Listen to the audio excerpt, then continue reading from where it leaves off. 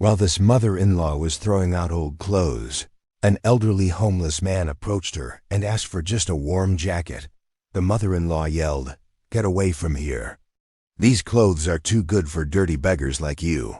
The mother-in-law kicked the bag away from the elderly man as he stood there, shivering in the cold.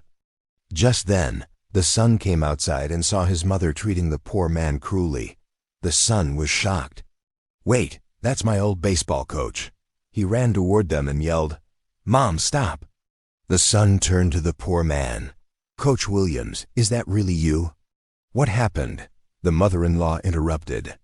"You know this old beggar?" "Yes, he coached me for 5 years." The poor man looked down in shame. "Jacob, I never wanted you to see me like this." The son asked why he was homeless.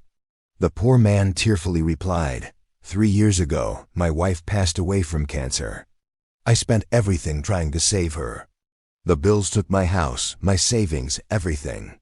I had no one left to turn to. Suddenly the front door opened.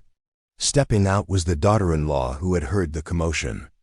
She was confused to see her husband talking to a homeless man, so she came up to them and asked what was happening. The mother-in-law angrily said, "This homeless trash was digging through our garbage. I told him beggars aren't welcome here, but he refuses to leave." The son stepped in and explained everything about the poor man and how he knew him.